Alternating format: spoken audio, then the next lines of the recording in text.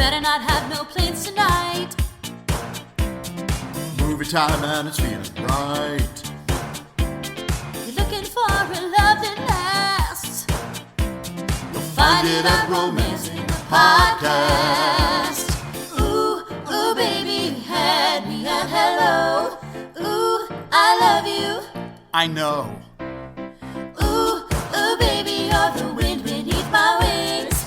Ooh, ah, I'll have what she's having. Thank you for tuning in to Romancing the Pod. You had us at hello. I'm Paige Wesley. And I'm Todd Schlosser, and this week, Paige made us watch Crimson Peak: Munchausen's by Foxy. Ooh, Paige. Nice. I know this isn't the first time you've seen this movie, No. and I'll be honest with you, we're going to take some heat for doing it on Romancing the Pod, because horror virgins have been begging for this one, and you just wanted to do a spooky rom-com, I guess, and this is what we ended up with. Yeah, no, it's October. I understand. I'm on board. Right? Like, I want the spookies. Yes, I'm on board. I understand. I supported the decision. I just think it's funny we're doing it here. I would argue that if any movie potentially straddles both worlds, this movie is it. And I also had a little chaos goblin inside me that was like, what if we did it on the other one? And I was too tired to not listen to that chaos goblin, so like, it's here. I saw this in theaters, opening weekend, like Paige. opening night. Heartbreaking. Okay. Yes. I mean, I get it, though, because it's Guillermo del Toro. Like, it's... Yes. Yeah. Now, here's what I will say. I actually liked this better this time watching it than I did in theaters. I damn near almost walked out of the theater when I saw this. Now, and I have to give credit where credit is due, because a huge part of that was the marketing for this movie so badly missed the mark that I think that's a huge part of the hate this movie gets. I would argue, on its own merits, now knowing what it is and what its intention is, it's not as bad as people have said it is. I still don't like it necessarily. Yeah. But like, it's well made, it's pretty, it's shot well. There's a whole lot going for it, right? But part of the reason people hated it so badly when it first came out is because it was marketed as a straight up haunted house movie. What? There was no mention of romance, really. It was literally just the ghost jump scares. And it was basically like, Guillermo del Toro made a haunted house movie. Don't you want to see that shit? And I'm like, of course I want to fucking see that shit. I'd love to see that shit. Yeah. I'd love to see that shit, right? Put it in my veins. And so day one, we were there opening day. And when I tell you that 30 minutes into that movie in the theaters, we were like, the fuck are we watching? Like, that is what, because what this movie actually is Jane Austen with ghosts. And I'm not mad at that necessarily. Watching it this time when I knew it was Jane Austen with ghosts, or like extreme Jane Eyre, kind of, I didn't hate it as bad. When you said extreme Jane Eyre, I just got like a vision of Jane Eyre doing the sickest like kickflip on a like skateboard as she's like writing a book. Extreme Jane Eyre elimination challenge. Can you kick the wife from the attic off of this thing with a giant Q-tip? Paige, but you gotta, and I understand the whole marketing thing, like that is a disservice to the movie. You should tell the audience what to expect when they go in. Yes. But the marketing team can't really be like, hey guys, it's like the Lannisters, but if they were doing like an English, so I married an axe murderer. Yes. I don't expect anybody to reveal the incest in the trailers.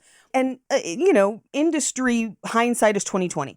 I feel like if you were marketing this movie today, like today, you'd market it as love story forward, but with spooky. And it would fucking crush, and people would fucking love it. As is? You think they would love it as is? No, Okay. there are definitely still problems with the movie, but I feel like that is more congruent with what the movie is.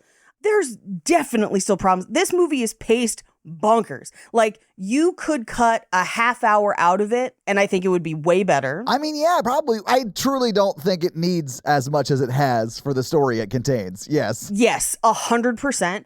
But visually, very interesting and cool. Of course it is. It's Guillermo del Toro. Like, he's so good. And like this, for all the reasons you love Guillermo del Toro's like movies, outside of like the story reasons, right? Like all of the way he shoots his movies and the way that even the gore and like the monsters and all that stuff look is so good and unique. The ghosts don't always hold up well. I feel like they had not quite figured out some of the texture visuals of like the red ones and like the ones that are a lot more corporeal than the ones that are kind of misty. I feel like the misty ones that are not quite fully formed, that are kind of walking herky-jerky in the hallways, those are way better. Those look great. But the ones where it's like coming out of the tub and stuff, it don't look good. It looks unfinished, frankly. Well, I mean, it's covered in clay, right? I guess that's why those look bad. Right. And it's a disservice to how good the rest of the movie looks.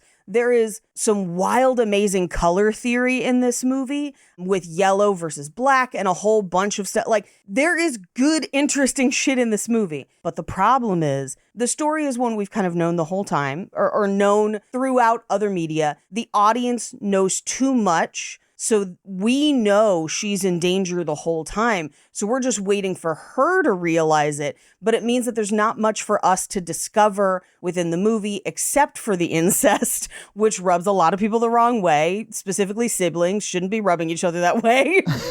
Which is what they were doing, rubbing each other the wrong way as siblings, yes. And plus the bad marketing, right? I will then also include that a Charlie Hunnam hand is worth 2 Hiddlestons in your bush. I mean, yeah, she should be with Dr. Sir Arthur Conan the Barbarian Doyle. Yeah, exactly. He's a doctor who also is kind of a detective and saves her life. Like, yeah. Yes. You marry that guy. You marry that guy. And so, like, it has stuff going for it, but those are the issues. It drags really bad at points. And now, granted, once you've watched it once, so on a second viewing, once you know that the ghosts are benevolent and not malevolent, it's a very different movie and it's not scary at all because you know that they're there for her. Right. And like, trying to warn her. But they are always trying to warn her. There's at no point, Yes. like the first ghost warns her. It's always warning her, right? It's always benevolent. Yeah. And so once you have that layer, it's got spooky vibes, but it's also not scary. And so like, then it doesn't even function well as a horror movie. It more just functions as almost like an erotic thriller with not enough erotic in it because old times. I mean, yeah, it does take place in like 1901 or whatever. So it's like old times. So yeah, I mean, they do have sex in that one. They do, and the positioning on that sex scene reminds me of the one in the room, and it ruins it completely. Oh, I thought that that's because he wasn't having sex with her yet. They were just like taking his clothes off and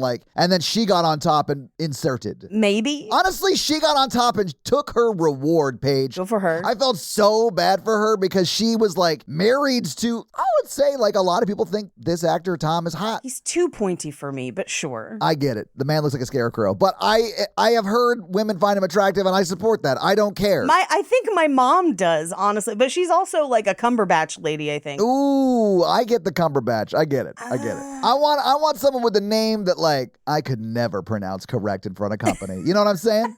Hey, this is my partner Benedict's number to match. Yeah. But Paige, I really did kind of think this movie was crazy. Yeah. And I thought that like the incest scene was like hat on a hat on a hat on a hat. Yeah, because you know it by then. Yes. Yeah. It was revealed really early on after they got to his place. Right. That like they did try and kill that dog. Right. And that her husband is clearly in on it too. Like, you know, like. Right. And that's bad enough for me to be like, oh, they're just bad people. But then we realized that, oh no, they killed their parents and, you know, are planning to kill her because they've done this a bunch of times to a bunch of different women across Europe. So like, I didn't need the screenwriter to then push a little boy out a window whose crime was only liking to climb. Yeah. You know, like I did not need to go to the incest beat. We had so many other beats that made them bad people. Well, even if you want the flowers in the attic incest beat, like even if you want that, and even if you want to keep everything else, you can. But we as the audience are learning too much, way faster than the main character. Yeah. And sometimes in horror movies, you need that because it promotes you being scared on that person's behalf. It's the thing that brings about that,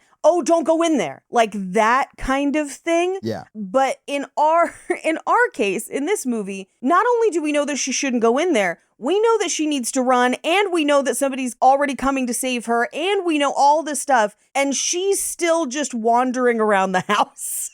Like, we have solved it. We have Harriet the Spied our way through this movie. We know what's up. We know she needs to run. And she's just like, I don't know, maybe I'll check out this gramophone. And you're just like, run, like go. I mean, she has to listen to the receipts, aka wax cylinder recordings, Right. Which I kind of loved. Before her, he married someone who was like A podcaster? yeah, more or less. Like, I don't know what else to say it. Like, was a content creator in like 95 or whatever. Yeah. They were like, I'm going to make wax cylinders because I don't think we'll ever be close to a warm surface. And I want to like talk about whatever's happening. I don't know. It seemed dumb. But then here we are podcasting. So like, it is what it is. Right. This didn't bother me as much the first time I watched it. I couldn't stop thinking about it this time. The house is on a hill made of red clay, and that's why it seeps through the floor and it gets in everything. The house is slowly sinking. Why is the clay running down the walls? How did it get up there? That's the second floor.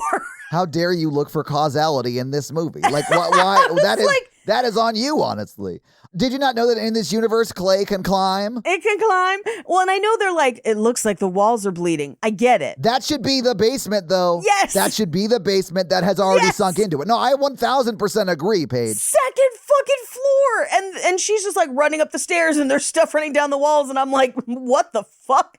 In the kitchen. Every time we're in the kitchen, which we've established is on the first floor, not the basement, the ground floor. Anytime they're cooking, there's clay just traveling down the wall next to them. And I'm like, is it pushing up into the wall? Like, how? It drove me nuts the entire movie. Paige, this guy's a baguette or whatever, right? So, like, Right. he's got acres and acres, probably hundreds of acres of land. Right. Is all of that land on this clay pit or, like, whatever? Like, could they just build a house fucking somewhere else on their land? Like, what are they doing? Yes. Well, and okay. So, like, I think what they think they're saying about these people, like, I think the way that the writer thinks about it is that they don't have any money. So they've inherited this land and the house on it, but they basically have to make that work until they can find a way to harvest the clay to make money. That's why he's trying to make his machine and everything. But that means they're trapped there, right? Yeah, or you could just sell 10 acres of your 1,000 acres of property and build a new house.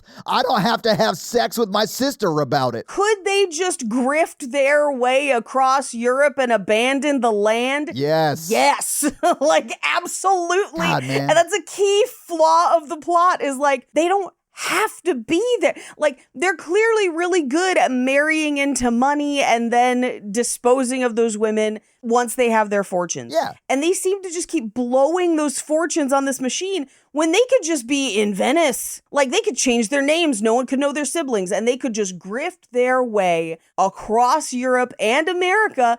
And there wouldn't be a whole haunted house about it. Right? And why was it always Sir Sharps or Sharpie? I'm not sure. Is it Sharpie? Is it Sharpay? Is that how you pronounce it? Sharp. No, I know. But like, he's a baguette, so I don't respect him. Right. He's also a serial killer, so I don't respect him. And I also don't feel bad at the end of this movie when she doesn't end up with his ghost. I don't know what it was trying to make me feel sad for at the end. I was like, good, the serial killer's dead. Or both of them are. Yeah, well, I think the movie tries to imply, much like So I Married an Axe Murderer, that the sister is the murderer and she murders everyone. Well, that's not true, though.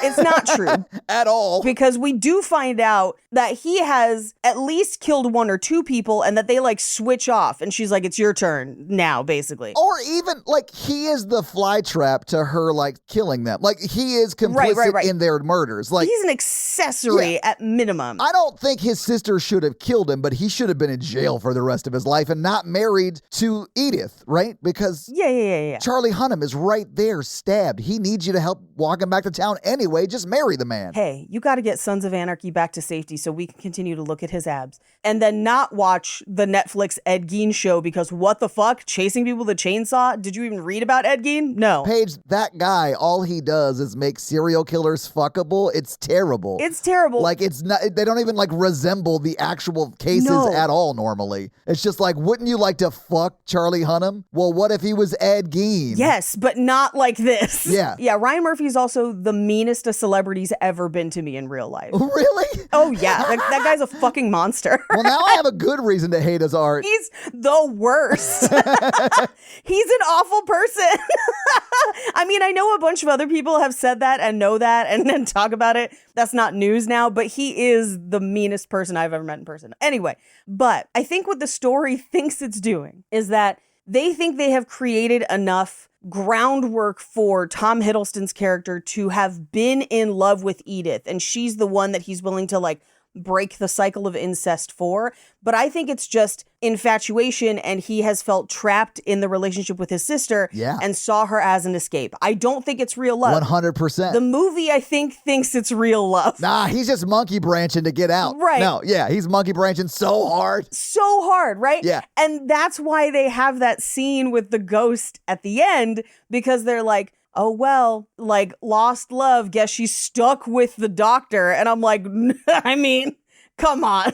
What are we doing here? It's Charlie Hunnam. She was an idiot for going. Like, honestly, I really blame all of this movie on her dad's lawyer, because he knew when her dad died that he had also hired this guy to investigate the dude that she marries a few days after this. It's a red flag. Yeah, if there's a scene I could add into this movie as opposed to cutting, because I would cut a lot, but if there's a scene I could add, it's Charlie Hunnam and that lawyer conspiring to hold the money up until Charlie Hunnam can get there. Well, I mean, I think that's why he goes immediately, because the letter has already been sent. Right. And so that takes a while in 1901 or whatever. And so as long as that letter doesn't get to her, she signed it and they send it back. Right. She's safe, right? The second she signs it. Well, not even the send it back. The second she signs it, she's dead. That's what I mean. Like the second they signed it and it's posted, not like they receive it, but like they get it in the post, you know, and then kill her, then that's it. No, I know. But like, they're not going to wait. They're going to just have her sign it, and then they're going to kill her no matter what, because they can post it without her. I know. No, I know. I was just like, if it was me, I definitely would wait until after we had mailed it. So then there's like a record of like, hey, it was stamped on this day. She wasn't dead until a week later. It is weird, but like, you know, plausible deniability, which is my favorite Jamiroquai song. But also nobody was investigating that hard except for Sherlock Holmes and Charlie Hunnam in this world. Are you telling me that the rich don't get investigated if they kill their wives? Well, that's so unlikely, right? That is currently true, my dude. I guess they just bury her at the golf course and forget about it. Or just send her to the Centers for Religious Technology, you know. Just spirit people away. I mean, that's typically what happens. Paige, I do want to point this out because I cracked the code on why her novel sucks. I have thoughts, but go ahead. It's 1,000% because she wrote a ghost book and she herself does not understand what death is. Like, she's 24, and then when her dad gets murdered, she's why is his hand cold? Can he still come to his birthday party next week? No, ma'am, he cannot. I think that's a psychotic break is what is happening in that moment. But here's why I think her book might not be great, because she's listening to bad notes.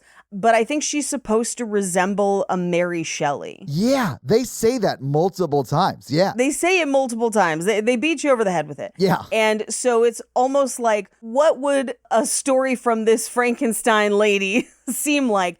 And I feel like they lean way too far into the love of it and not enough into the mystery of it. Because we sit through 30 minutes of just a real, like, middle of the season Bridgerton episode with no sex. AKA to Paige, the boring parts. Yeah. But I think you bring up a good point, because this movie has zero subtext. It's all just like text. Like every line is like, here's exactly what I'm feeling. Yes. You know, here's exactly what I want or whatever. I'm trying to remember the line they said while they were about to, right before they danced together. It was like, I've closed my eyes to things that make me uncomfortable, is what he says. Yes. And then she says something like, I don't want to close my eyes anymore. Yeah. And I was like, that's not what people would say in that situation. No. Like that, I mean, I can kind of justify his line a little bit, but not hers. Like her line feels like the screenwriter is giving himself the same kind of hand Jessica Chastain is giving Tom Hiddleston at the end of this movie. I feel like you can't even justify his line because it sounds like modern therapy speak. So like, I don't think any of those lines work. This movie relies a lot on pop culture tropes. An audience, modern day, watching this understands and knows. Like the brother and sister where the sister plays piano to distract people and the brother seduces somebody. That's Jane Austen. That's fucking True Blood, which was also out at the same time, where Bill and his maker are doing that same shit. There's so many stories of that even before they tell us something is wrong, watching this movie, you're like, oh, it's a grift. They're con artists. This is a Dirty Rotten Scoundrels or something that is going on. Dirty Rotten Siblings, maybe, Paige. Dirty Rotten Siblings. From 10 minutes in, you're like, they're going to try and kill her. So, like, Yeah. I mean, it's clear that one of them killed her dad, and I guess they play it like it's a twist that it was her, but I wasn't really surprised by that. I wasn't surprised. It could have been either of them, Yeah. and it would have had the same emotional weight, except that I don't think she would have ever been able to accept. There would have been no, air quotes, redemption arc for him at the end if he had killed her father. I also don't think there was any redemption arc for him at the end of this There movie. shouldn't be. Like, I think the movie wants to make you feel that way, but it fails to make it land. Yes. Because of the things we see him do and say on the screen during the movie. Yeah. Paige, but how upset would you be if you married a hot English baronet, traveled for weeks without him giving up the tree of life, only to find out he's a doll maker when you get to his house that looks like it just barely survived World War I, and it's not even World War I yet? Because honestly, Paige, I'd be like, jackpot. No, it's like terrible. It's the worst thing you could walk into. I'd have questions. But I would also say in 1901, there was, especially for women were often kept from a lot of unpleasant societal knowledge to their detriment, because it meant that they couldn't move through the world in an informed way. I feel like the things that knowledge would suggest might not occur to a woman in 1901. But a woman in 2025, I'm like, annulment. Like, immediately get me out of here. Yeah. Like, I am leaving. Paige, the second I walked into the house, unless I had been very prepared for it, I would have been like, hey, I'm moving back to my home Right. with my wealth. Right. Because this is insane. This isn't even a house. This is basically the 1901's version of what they'll call in the future glamping. Yes. This is a courtyard because there's no ceiling. Yes, it is an Italian courtyard. Yeah. It also snows in the very bottom basement. Right. Which is impossible because there are floors on the levels between them and the basement. Right. So, like, a lot of this is just them fucking around because they, like, thought it was a cool shot. And it is, but it also makes me laugh. It's like the G.I. Joe movies that have, like, just wickedly crazy causality for stuff. Right. This reminds me of that. Well, and here's the crazy thing, because for the basement, it's almost like it's not fully underground. It's got like windows up above. So you could, in theory, put snow through there, but then it would only pile up on the sides. That's not how they do it. It's No. like all the way through the basement. It's snowing over the clay pits. Right. Yeah, which is right above them. They're not windows that, like, Right. someone's throwing snow in through. Right. And like, I think in their mind, they're like, well, there's no roof and it snows onto the bottom floor. I was like, yes, but this is below the bottom floor. There's a floor in between them that it can't. Yeah, if you're in the basement, the floor above you is your ceiling, I guess is my point. Right. And that's like basic. I feel like I shouldn't have to say that, but this movie made me. Right. And I don't like it for that reason. Sure. I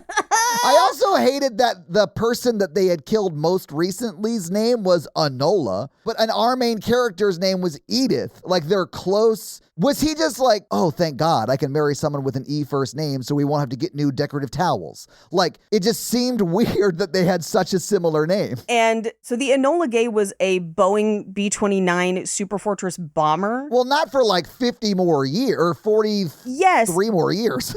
Yes. And like, I realized that Enola was a name at the time Yes, because of like course. Enola Holmes is like a thing or whatever. Yeah. But I feel like the Enola Gay, it's such a historical fixture. I kind of like, you don't just name people Adolf unintentionally. I feel like maybe we retire Enola as well because it's just distracting, you know? Yeah. Also, naming things after the plane that like dropped the nukes, maybe not the best thing. Although Enola existed before that. That's what, don't name people Hitler, Yeah. you know? Yeah. Yeah. I kind of feel bad because it's like probably people's names, you know? It is what it is. If you had it before, I get it. But I think thematically, it's weird to ring the bell and then have nothing to do with it. Yes. Yeah, I know what you're saying. Yeah. Yes. You know, it's one thing in regular life if you have that name. It's another thing to name a character in a time outside of that time. Like, it's strange. Paige, one final question before we get in. Uh-huh. Were you also shocked that, like, after spending a majority of the movie at a mine, that when Edith coughs blood into a handkerchief that she then survived? Because that's not normally how that goes. I think she might be the only person to have coughed blood into a handkerchief at a mine movie and survive at the end. Right. I think this is the first time that's ever happened. Not only that, this is 1901, which means if you coughed blood into a handkerchief, you probably had cholera. And people like knew that.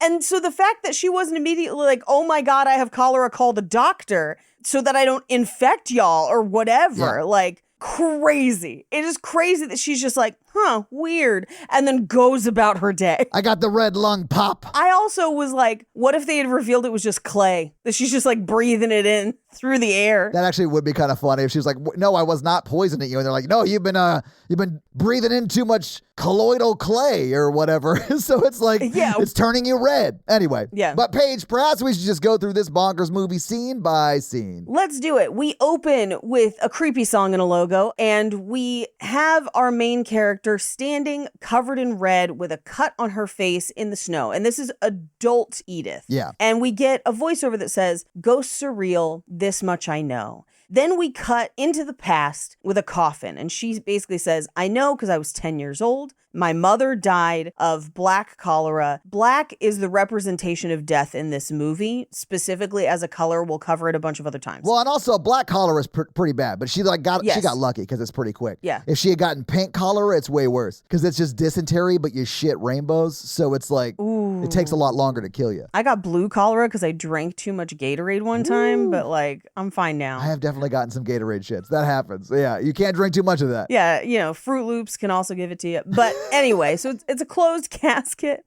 And they bury her mom, but we cut to her later that day, basically in her room, and we see a ghost come down the hallway, climb into bed with her, kind of like a mother would do with their child. Honestly, kind of put like her hand on her arm, like holding her a little bit. And she just says, my child, beware of Crimson Peak. The little girl screams, and then we get more voiceover that's like, it would be years before I would hear that name again, and by then it would be too late. We cut to Buffalo, New York, 14 years later. Before we jump into what she's doing, can I just say this about ghosts? Yep. Y'all suck. Like, if you have, 20 seconds to explain to your 10-year-old daughter that, she should not marry a man from Britain. Right. Don't say avoid Crimson Peak. Like, there's no context for that. But if you said, don't marry anyone British, that might help, actually. It'd be a little easier. Yeah, maybe give more context or something that she might know. Or don't marry Sir Thomas Sharp. Right? It's as many words as,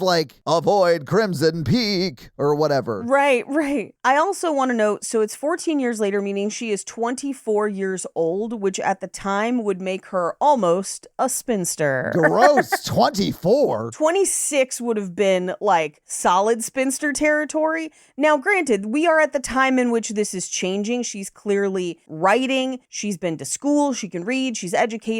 She's not just in polite society. She is also within, I would say, academic society. Good for her. Or wants to be. She seems to be a little shut out of it because she meets with a publisher and they're like, well, it's a good story, but you write like a woman or whatever. Right. I just think it's hilarious that they're she's 24 and they're treating her like she's 19 or 18 of I don't know if she's ready to get married. And I'm like, she would have been married by this point. Yeah. And it's, when were you planning on marrying her off? 30? No, that's a modern thing. That's a today number. Also, he was rich though. Maybe he was just I don't care, man. Just do what you want. I mean, her dad does seem kind of great for the time, Her dad is great for the time. And I don't think because they are independently wealthy, it is established. Yes. I don't think he would marry her for wealth, which often at the time, if you were kind of trying to socially climb, you might marry someone for wealth. Yeah, he's not going to Gilded Age season 3 her. Right. He is basically find somebody you like, but at a certain point, societally, it would be unusual for her to be that old and not at least have prospects. Sure. Now, within that, I do think, because we meet literally in this very next scene, she's walking up to give her manuscript to somebody that her dad has kind of set up a meeting with.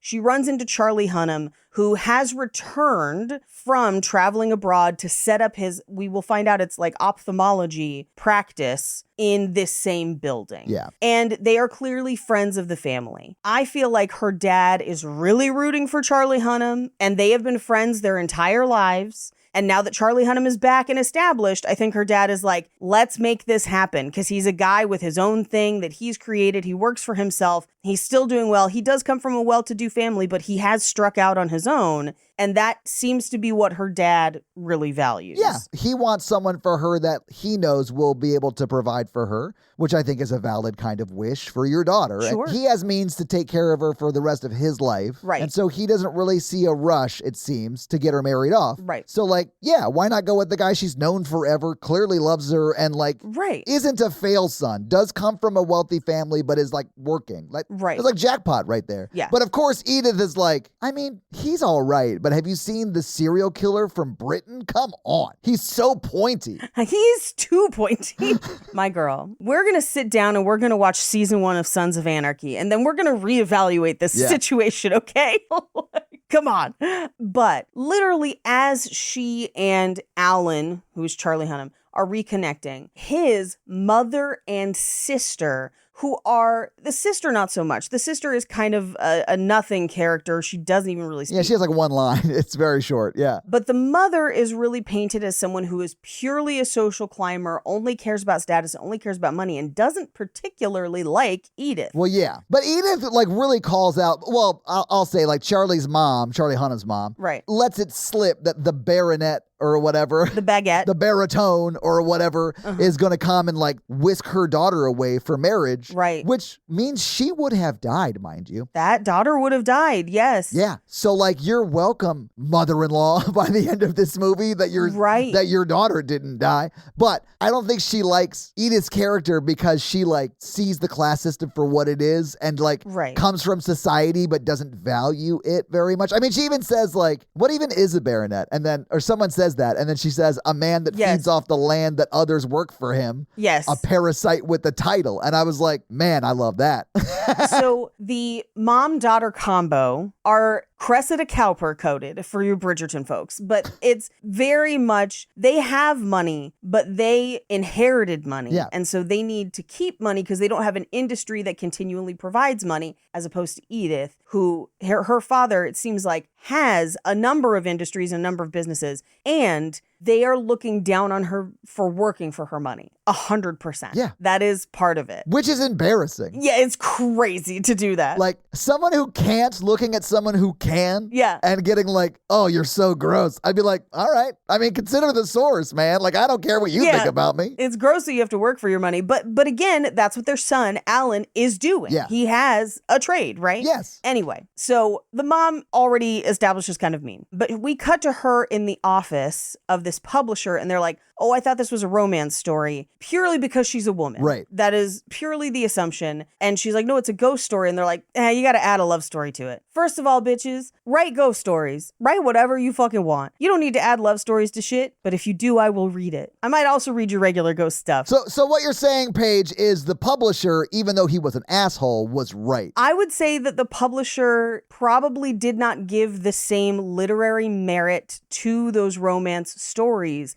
And that's the deal he was willing to make with a woman, and was not willing to invest the same amount into a ghost story written by a woman that he would written by a man. I 100% agree. If Edgar Allan Poe wrote that, he'd be all over it. But this isn't Baltimore. Come on. Yeah. Now, I will say, and again, I've been very open about this many times on the podcast, the modern legitimizing of romance as a genre is wonderful for so many reasons, but not the least of which being it has legitimized authors who are women, non-binary, everything, trans, everything in between that would not have legitimized them in the prior industry. It has given them an avenue to get established as authors in a thing that will sell, so they can prove that they have sellability to then write whatever they want. Yeah, I agree. Although if people weren't paying attention, like Jane Austen sold a bunch of books, guys, like she's done great. Although often pretended to be a man at points to get those books sold. Same with the Bronte sisters. Like, yeah, I'm not surprised by that at all. Yeah. This was a thing. Yeah,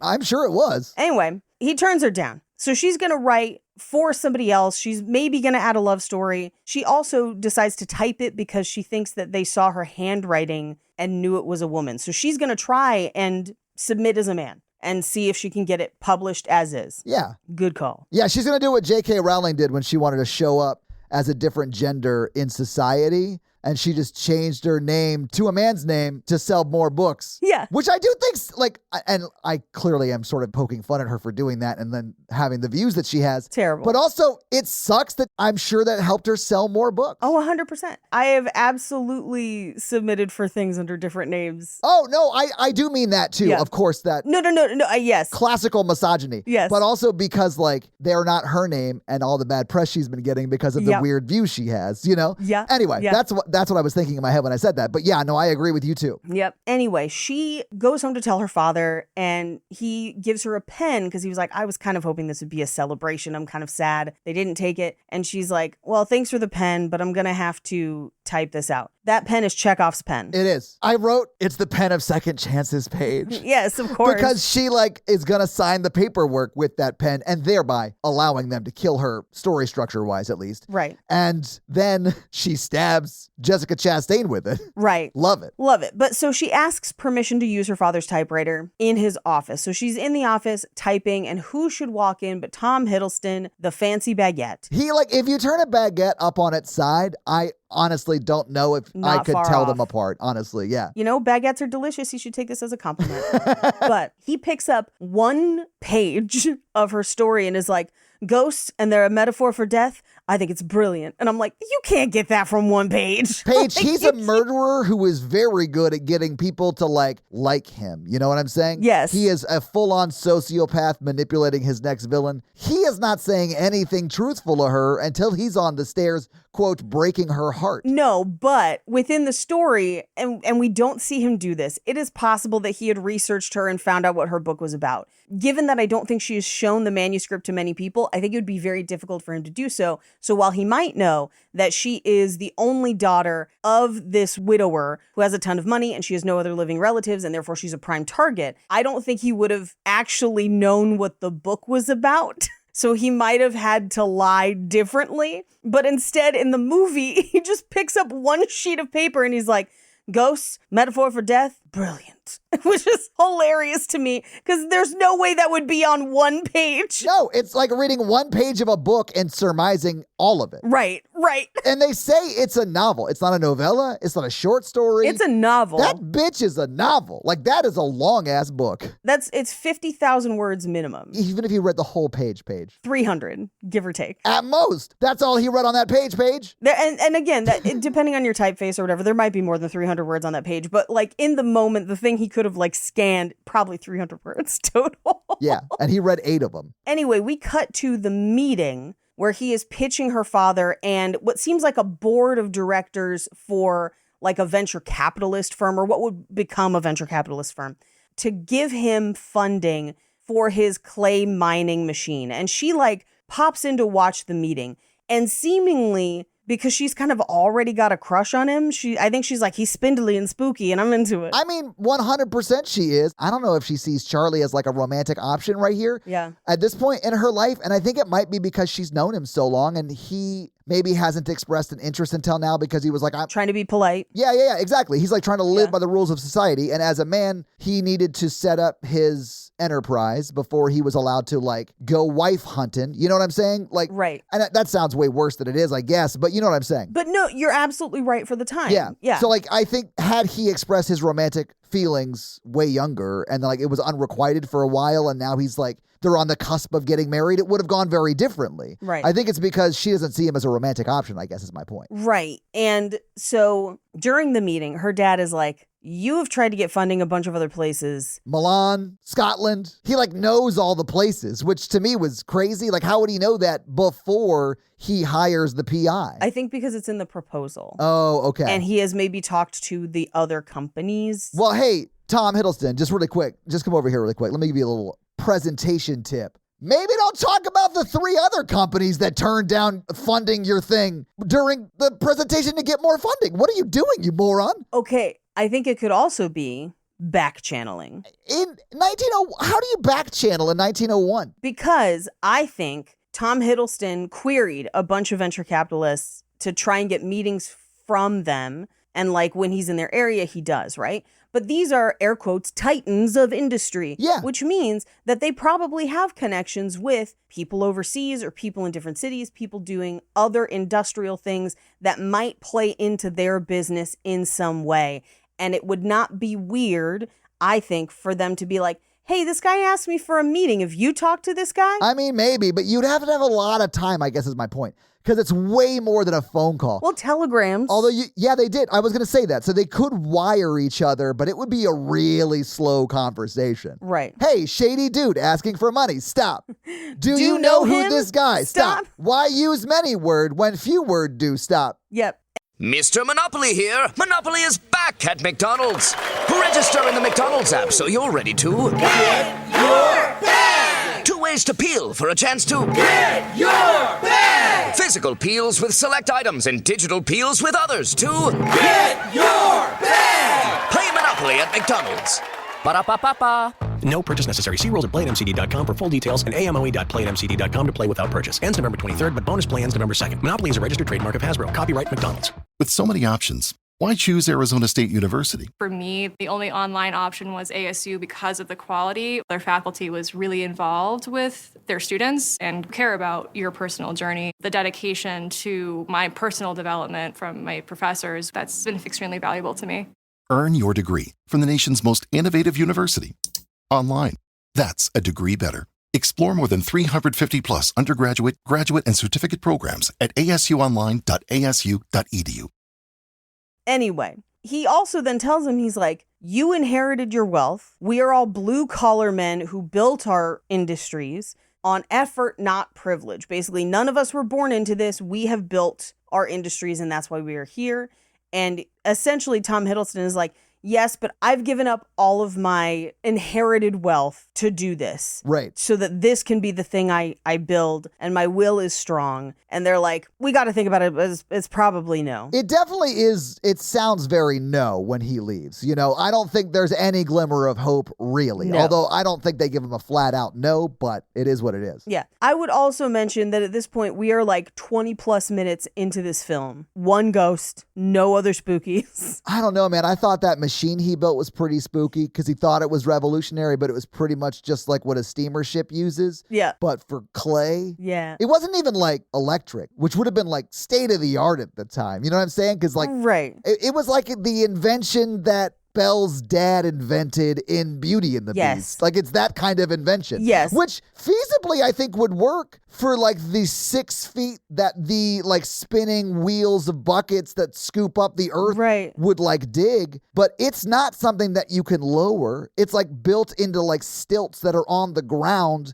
that don't adjust. Yeah. So you're just digging right there and then that's all you can do. Yeah. You'd have to like disassemble and lower the stilts and then start again every 6 feet. It is possibly worse than just using the shovel Jessica Chastain gets killed with at the end. I mean, here's what I will tell you. For the amount of money it appears they have funneled into this enterprise, they could have hired workers. Yeah, Paige, they killed at least 4 other women before Edith gets involved. Yes. What happened to their wealth and land, presumably? Like, Yeah. they actually probably could have gallivanted all throughout Europe, you know, Lannistering their way from city to city without ever even going back to the house that they own for the rest of their life with the money they took from those ladies. Right. And mining clay is not new. People have been mining clay since almost time immemorial. Yo, like Rome was built out of a lot of clay. Like, yeah. Egypt was built Yeah. out of clay, even before Egypt, right? So like the idea that there's not a modern equivalent that could have also mined the clay, that they could have just purchased, set up a clay mining industry, and then gallivanted across Europe doing whatever their incestuous sibling hearts desired is bonkers, because that could have made money and funded their lives. It's purely a singular focus on his ability to make machines that is the problem. And dolls, Paige. Don't forget the dolls. But Paige, why was the house ever there to begin with? That's Leaning Tower of Pisa level stupid. You know what I'm saying? And Yeah. in a time where they could have known not to do that. Like, Right. I get that at the time, like, they built that tower in Pisa. They probably couldn't know how soft that ground was or whatever. But like 1850, you could be like, hey, that's all clay. You can see it's red. Todd, they say that, and this is incorrect, but they do say it in the movie. They say that house has been there for 800 years.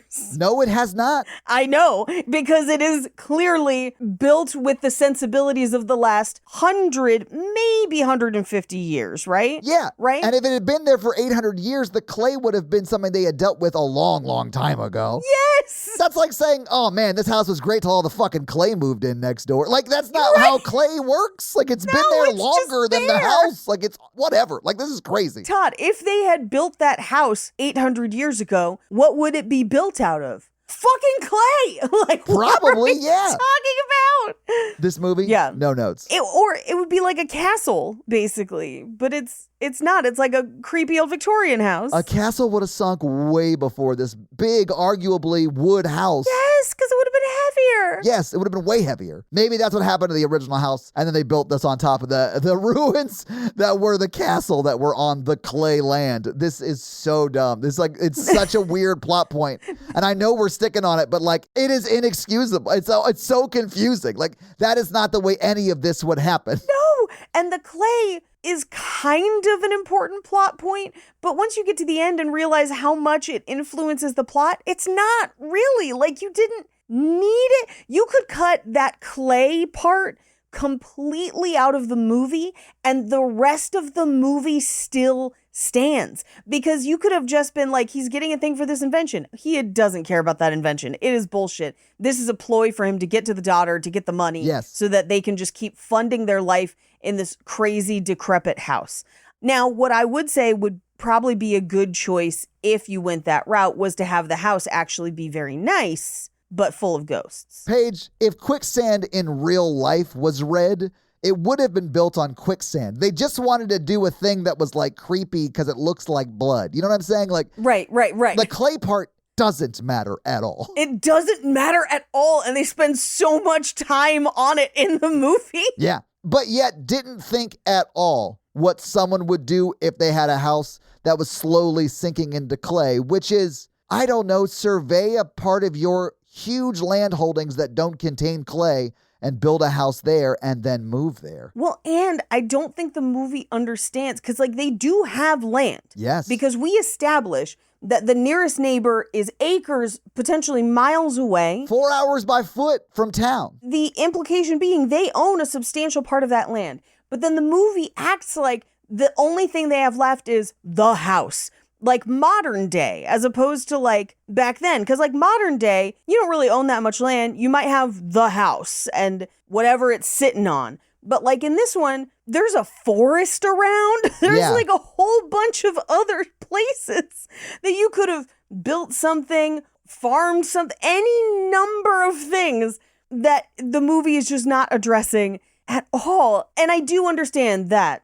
Absolutely. The red clay is meant to be a metaphor for the dark secrets of their family coming to light and swallowing them whole, and Yes. the unraveling of their criminal empire. But even then, dumb. Like there are other ways you could have done that. Yeah. Anyway, we cut to that night where her dad and Charlie Hunnam are going to a party at Charlie Hunnam's mom's house. Which means Charlie Hunnam probably lives there or like close by or whatever. And so he's going there because he wants to like Yes. be around her, right? He wants her to go. Yes. I think it's established that we've got like an Anthony Bridgerton situation or like a Benedict Bridgerton where they have their own apartment or something that's not at the family house, but they are still often at the family house. Yeah, sure. Yeah. But so they're trying to get her to go and she's like, I'm not really feeling it. So they're like, well, all right, we'll tell you how it was. Like, see ya. Yeah. So they leave, and literally no sooner have they left that she's upstairs reading, and a ghost basically like orbs like Terminator 2's through the door to be like, beware of Crimson Peak. again, just as the baguette, Thomas Sharp, Yeah. because of the points, shows up to talk to her and is like, I waited till your father left. And I'm like, red flag. Yeah. Clay-colored flag number 1. And this is how privileged, like, rich royalty was at the time, that they could be like, hey, I was lurking in the bush until your dad left, and then I came over. And he just met her. Like, he does not know her. Like, they're not both 17. You know what I'm saying? Right. Like, that's a huge red flag. And she's just like, you know what? I told Charlie Hunnam to fuck off when he asked me to go to the party, but you're creepy and weird. Let's do this. Mistake. But she also has just seen a ghost. And so I think she's like, I want to get out of this fucking house. 100%. Because he's like, why would you want to stay here all alone? Yeah, I do think she leaves because the implication. Yeah, 100%. So she goes to the party. She dresses up. Her dress is gorgeous. Love the costumes in this movie. I don't think I'm the right person to talk about the costumes because I think they all look like they were wearing like cinched body bags that were very colorful. I mean, for a large section of this movie, she's dressed like a tamale, and I don't know how else to describe it. But like, I understand that I am also wrong about fashion, and I'm comfortable just in my wrongness. Okay, like. Okay, wait. I think I just realized what you meant when you were referring to the tamale, and I think you are referring to the dress that she wears. Like, once she lives in the house at like... Yeah, when they dress her like a tamale, Paige, yeah. But her dress, it's a very tight pleated crepe that looks like a corn husk. Yeah. It looks like she looks like a tamale. I don't know what else to say. And I realize, guys, you don't have to email the show. Like, I know I'm wrong. I know I'm wrong. She looks beautiful or whatever you're supposed to say. But it's very tamale adjacent, which I was like, wow, that's definitely appropriation. It's very period accurate, I would say. I am sure it's period accurate. She's 24, Paige. Yeah. But I had never thought about how much that dress looks like corn husks. And you know what? Sound off in the Spotify comments. Does she look like a tamale through half of this movie to you guys, or is it just me? Because she wears that one dress for a long time. Paige, I wrote the joke, and I was shocked at how well it was going to play. You know what I'm saying? I was like, wow, she's really giving real estate to this tamale dress. Right. What flavor tamale do you think? Haunted? Sure. Yeah, all right. Ghost peppers. Got it. By the way, I just read that I'm pronouncing the designer's name wrong. It's actually tamale is how you pronounce the designer's name of that dress. It's her grandmother's recipe. Oh, that's how you know it's good. Honestly, like, the best tamales I've ever had are at a like street vendor. Yeah. And they look like that. That's why that joke exists. But they do. Like, you're not wrong. Yes. If you live in Los Angeles, you know that the best tamales are parking lot tamales, Yeah. where you're just like walking back out to your car and someone approaches you with a shopping cart and is like, tamales, and then they take whatever cash you have and hand you a bag of tamales, and they're always delicious. Yeah. And then you're like, oh my God, is that Mia Wasikowska or Wasikowska or whatever, however you say her last name? You realize it's Tom Hiddleston. He's just selling Edith dolls. Oh my God. Here's the thing. People who haven't seen this movie or haven't seen it in a long time are going to be like, the fuck are they talking about? But like, people are going to go back and watch this movie and be like, oh my fucking, the tamale dress. Like, I hope they do. Guys, I want screenshots of you guys going back and checking for the tamale dress, like on socials. I want it. I want to see who went back. And honestly, I want to know if I'm wrong. Tell me if I'm wrong or not. I could take it. I'm wrong about everything else. it looks like corn husks. You're not wrong. Like, that dress has very tamale vibes. And it's only because you and I have literally watched this movie within 24 hours that we're just like, oh my God, tamales. Yeah. And if you haven't seen this in years, you're probably like, what the fuck dress are they talking about? But I promise you, if you go watch it again, you'll get hungry. And I'm not saying she doesn't look great. Of course she does. But she also looks delicious.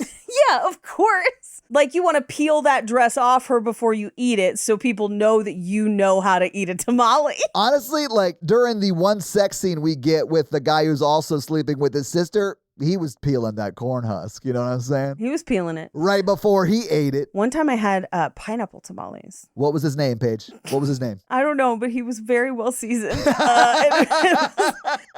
Anyway, she's here at the ball. Her dress is cool, but Charlie Hunnam's mom is like, oh, so I guess you did decide to come. I'll make sure you know your place. I was just like, oh my God, evil stepmother. Yeah. she's talking this way to a woman that literally saves her daughter's life. Although it hasn't happened yet, but like... And is probably going to marry her son. Yes, but I'll say in this moment, the actress or the mom that's in the scene is like, this guy is here to marry my daughter. Like, we brought him here more or less to marry my daughter. Yes. And you are like really being a terrible effing neighbor right now, which I kind of get. Right. But because she doesn't know like what's really happening. And honestly, we don't really either, but we know he's a bad dude. Right.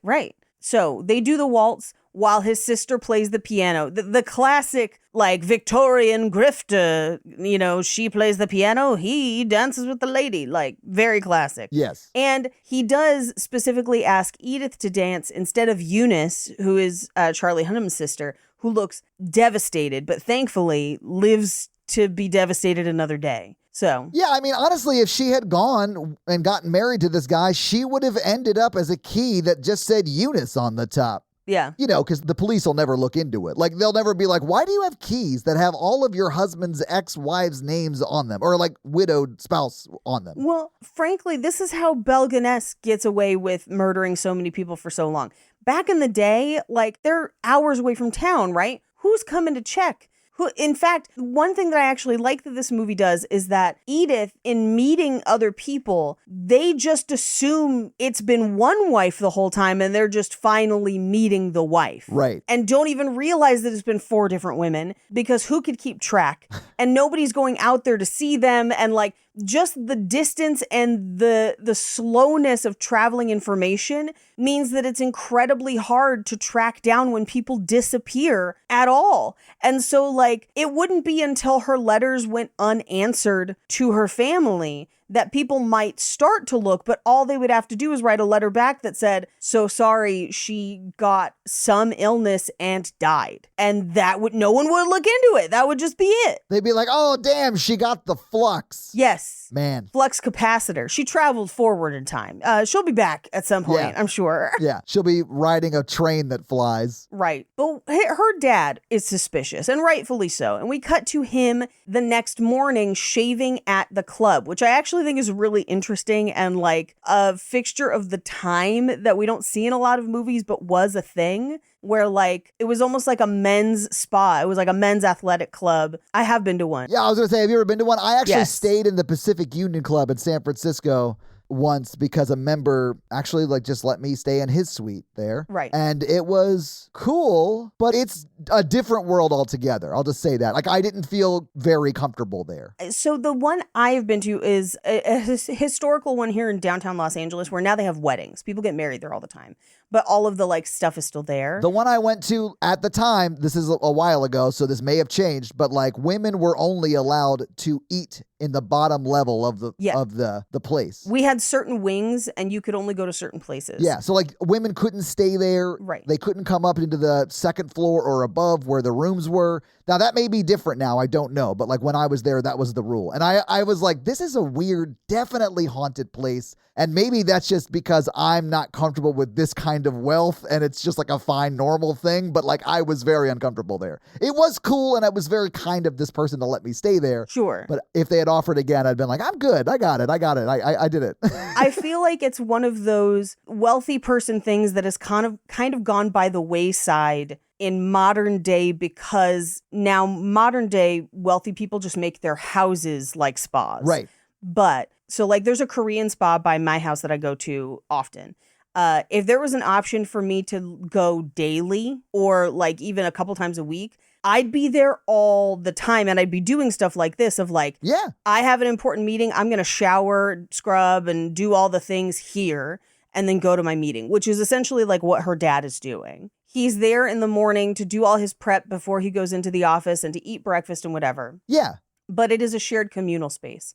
And he says in the scene to this guy, because this is where he meets the detective, and he's like, hey, please look into these people. There's something not right, and I don't know what it is, but he's getting close to my daughter, and I need to fucking know. Yeah. We cut to Edith goes to visit Charlie Hunnam in his ophthalmology office, and he's showing her ghost photography and like a whole bunch of cool stuff that he's like found from his travels. And she's like, I didn't know you were into this stuff. He's like, I am. I'm so excited to share it with you, essentially.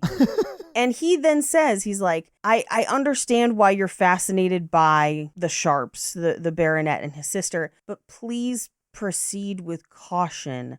I'm a little concerned. Like, he stops short of being like, I like you, so don't do it. Yes. And he's just like, I'm concerned about you as someone who cares about you. But at this point, I don't think she would have married Charlie. I think she would have gone with the baronet because she is into him already at this point. Right. You know, like it's almost too late, I think. It is a little too late, but I also feel like this is kind of a character issue within the screenplay because they want her both ways.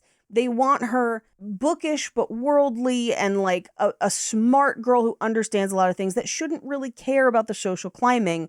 But then the second a baronet comes to town and pays her any attention, she cares. And that's kind of incongruous for me of who she supposedly is. But she is sitting with Tom Hiddleston and his sister in the park, and this is where we see butterflies that are dying. And we get this whole, like, beautiful things are fragile. And at our house, we only have black moths who feed on butterflies, I'm afraid. And this also, if you've noticed in the movie, Edith wears a lot of jewel tone yellow. Yeah. Bright yellow. I love it. It looks incredible on her. You might say it's like corn husk yellow. Yeah, a little bit. Jessica Chastain is always wearing dark colors and jewel tones and a lot of black, which is unusual for a woman of her age and social stature because those would be mourning colors. Well, she did kill her parents, so like... She did kill her parents, yeah. But nobody knows that yet, remember? True, but she knows that. She knows that. Yeah. But the butterflies and the black moths will come back once we get back to the house. Of course. Now, we then get a conversation between her and Tom Hiddleston, basically being like, he's like, I want the ring so I can ask her to marry me. And she's like, okay, but I want it back. And he's like, aside from the house, this is the last thing we have to sell. And he's like, we're buying something with it. Yeah. Basically telling us, the audience, in this moment, this marriage is a scam. He doesn't love her. They are poor and they are doing this to go after her wealth. So, like, they've revealed half the movie to us, essentially. Well, and that they're both true villains. Like, there's no redemption arc that makes me feel bad about him dying from this moment on. Right. And we're 20, maybe 30, 35 minutes into the movie. Right. And then they double down because we cut to her dad's house where they're hosting everyone for dinner, including the Sharps. And the guy, the private detective, comes and is like, I've got bad news. Here's some information. Yeah. And he's like, okay, get my daughter. And he basically has Edith handle the guests while he talks to the Sharps privately. And he's like, your time is up. Don't fucking talk to my daughter. I know what you're up to. And I will write you a check to go the fuck away. Yeah. And they take the check. Or rather, the sister takes the check and is like, all right, we'll leave tomorrow. And he's like, but you got to break up with her. You got to break her heart is what he says. You got to break her heart. Yeah. So during the dinner party, he basically is like, we're leaving tomorrow. And she's like, what? No. And he's like, by the way, your book sucks. Like, this fucking... The only time he's honest in this whole movie, and the movie wants me to like him for it. Yes. Anyway, we cut to the dad the next morning at the club, and he wants ham and eggs, and honestly, it sounds delicious. But somebody walks in and bashes his head on the sink. Frankly, he's a big dude. And I know that Jessica Chastain has what I will call like homicidal rage on her side, I guess. But I don't know that she physically has the strength to do this. Not if he was fighting back at all. At all, right? Yeah. But we cut to, and this is the first time we see the tamale dress. Or I guess she was wearing it the night before. She wears it to the dinner the night before, yeah. Yeah. But I think she sleeps in it too. It was a rough night for her. Rough night. Yeah. She sleeps with it and her manuscript. They deliver her a letter, and it's from him, and he's like, by the time you read this, I'll be gone, but just so you know, your dad told me to break your heart. I didn't actually mean any of it. So she just puts on a coat, same dress, goes after him. Because he's a master manipulator and she is his plaything. Yeah. Yep. It's gross. And he has already checked out, but he stayed, and he's like, my sister already went back. We'll meet up with her there. He stayed lurking in a bush waiting for her to show up. He was going to be in a bush for 5 to 6 days, just hoping she'd like read the letter and come running. Yeah. But so he's like, I'm so sorry. They kiss. And as she walks in to her house with him in tow, I believe intending to confront her father about it. Yeah. She finds out that her father is dead. They have to go claim the body. Charlie Hunnam is like, I was his physician. Can I look? And they're like, we don't give a shit. They have her look at it. That's the lawyer who says that, by the way. The worst lawyer in the world. Not a great lawyer. She confirms, but she's also like having trouble processing that her dad is dead. She's not in a good place, and Tom Hiddleston immediately takes advantage of it. Charlie Hunnam is like, something's up, and he examines the wound for a bit. Essentially, he's about to, like, you know, first 48. Yeah. This crime. But he was looking at the dad's head, and he was like, I don't think he could have done this by like slipping and falling, which is kind of where the gray area is in between. Is this a murder or just an accident? Right. Because, you know, the floor was wet. I mean, I actually thought it was funny that like when you see his body on the ground and the blood sort of spilling out, it's like right next to a drain. And I was like, oh man, the janitor's going to be so thankful for that. Right. Because he was right next to the drain in the floor. But it does mean that the area is often slippery too. Right. So like I understood that, but the way, like the place the gash is, it like couldn't have been a slip and fall. It might have been an owl. Could have been an owl. But there's no way it was a slip and a fall, Paige. You know what I'm saying? You can't do that falling downstairs. Look, owls so often murder people. I think it could have been if he had slipped farther away from the sink and was already on his way down with momentum, but I don't think it's likely. I think it was definitely an owl. But like, they didn't have the technology to understand when owls commit crimes back then. I guess we still don't. No. Guys, the staircase is a crazy case. Check it out. Who killed your wife? Who? Yeah. No, not your first wife. The second wife you killed. Who? Allegedly. Exactly. Who? Exactly. Anyway, they bury her dad. She has the ring. And then we cut to her arriving at Allerdale Hall in Cumberland, England. Now, it is also heavily implied, and she confirms it in a couple scenes, that they have been traveling for probably 2+ weeks to get there. Yeah. And not consummated the relationship out of respect for her grief, which means they got married like next day after her dad died. Yeah, because she's their plaything. Like, there's no moment in this where she is not the Sharps' victim. Right. And she has no other living relatives. And so there's no one else to step in and be like, oh, wait a second. Like, wait a sec. I'm just going to go through your dad's papers really quick. Like, the lawyer should have. Yes, 100%. Yes, he's a terrible lawyer. And Paige, the reason they switched to Edith and not Charlie Hunnam's sister is because if they kill Charlie Hunnam's sister, she doesn't stand to inherit anything, really. Right. Because he's going to. Right. So the fact that they like, oh, this is actually like a way better Mark, we should be with her. It's not because he's like, oh my God, I can't not be with this woman. It's that she's a better Mark, guys. It's not romantic, it's predatory. I don't think Eunice, Charlie Hunnam's sister, was ever an option. I think the only reason they entered that particular circle of businessmen was for Edith. I think they'd already researched her. Yeah, I mean, she is the by far better option. So yeah, I think so too. Yeah, the optimal Mark. Yeah. Anyway, this is where we first see the house. But as she's walking in, a dog approaches with no collar and a ball wanting to play with her. And she's like, oh, you didn't tell me you had a dog. And he's like, we didn't have a dog. That dog's been dead for 10 years. But no, it's not. But it is revealed shortly after this that he and his sister tried to kill that dog. Yes. But don't you just love how much she loves him at the end, Paige? No. Isn't it so romantic? It's not. No. He's like a monster. Yeah. You know what's way more romantic than this? Loki season 1 and 2, and they don't end up together either. So like, you know, I guess spoiler. Yeah, I guess. It's been a few years. Yeah, they've had plenty. I didn't even mention Whomst. Plus, he's the trickster god. Maybe this is all a joke or a trick. There's many versions of him. Yeah. It'd be way more fun if it was the alligator one. Anyway, they show up in the house, and there's a crazy line here where she says, how many rooms are there? And he says, I don't know. Would you like to count them? What?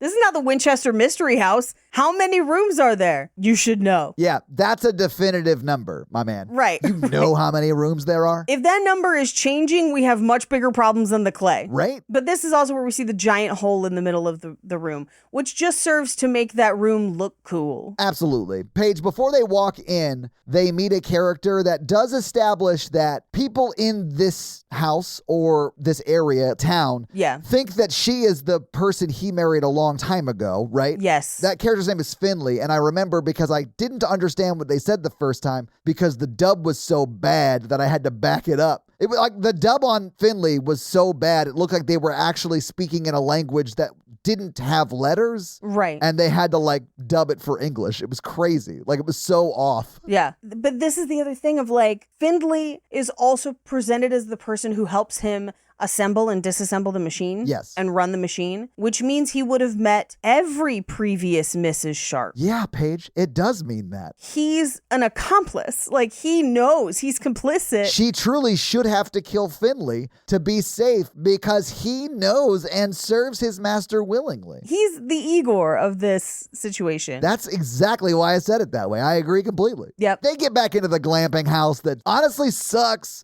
because it's winter and there's no roof. Well, and she thinks she sees a ghost in the elevator, and it's immediately apparent that the dog fucking hates Lucille and Thomas. Well, because they tried to kill it. Yeah. Like, and the dog knows that, but it can't communicate that. So it's just like, hey, will you play with me or are you also a monster? Right. And this is also where Lucille, she's like, hey, can I get copies of the keys? And Lucille's like, I'll let you know if you need them, but there's some parts of the house that are unsafe that you shouldn't go into. Like the East Wing, Paige. Yeah. Anyway, she goes to run a bath. The water runs red and then clears. Right. But while she's taking a bath, they basically downstairs are like, I thought you killed the dog. Well, I left it outside. I figured it wasn't going to survive, but like, how has it? I don't fucking know. But like, I guess it's her fucking dog now. This is where we learn that Tom Hiddleston's character is a bad person, but lacks follow through when it comes to killing somebody. Right. So there is like a glimmer of compassion in this person, but I mean, they're still a monster, but like they don't love to kill people like his sister does. Right. Well, and this is where we reveal that Edith was his choice, not Lucille's choice.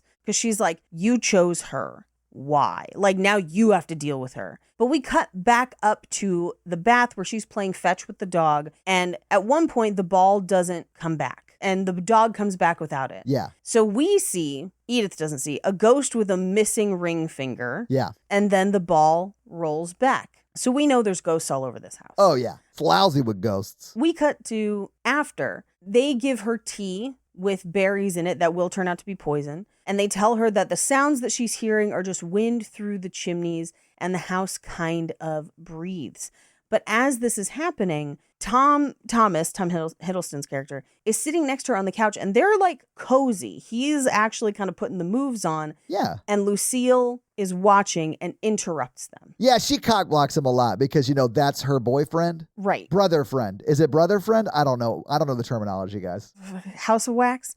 But we cut to, I would assume the next early morning, because Lucille is playing piano and she goes down to listen to her. There's so many leaves everywhere. Yeah. And she reads her the motto on the house, to the hills we raise our eyes. Is that going to come back useful later? No. Not at all. What this should have been, though, Paige, is the swing away moment from Signs, right? Where it plants a phrase that you don't quite understand yet. Right. But at the end, you're like, oh, shit. Right.